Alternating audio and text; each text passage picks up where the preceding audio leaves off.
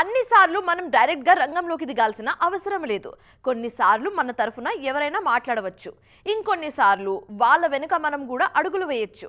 ఎంత తెలిసిన ప్లేస్ అయినా మన ముందు ఇంకొకరుంటే ఆ భరోసా మరోలా ఉందంటున్నారు పూజా హెగ్డే.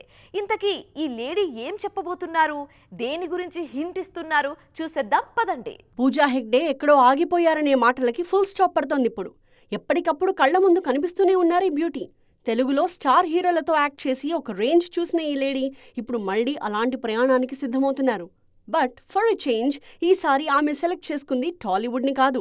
ఎస్, పూజా హెగ్డే ఇప్పుడు టాలీవుడ్తో దోబూచులాడుతున్నారు.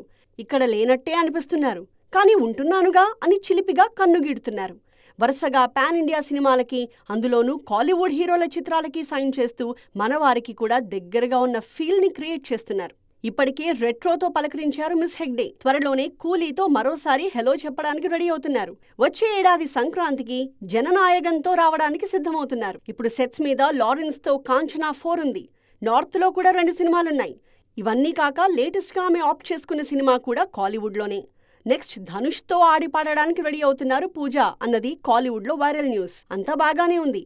ఈ స్పీడ్ టాలీవుడ్లో ఎప్పుడు చూపిస్తారని అడుగుతున్నారు సిల్వర్ స్క్రీన్ అరవింద ఫ్యాన్స్.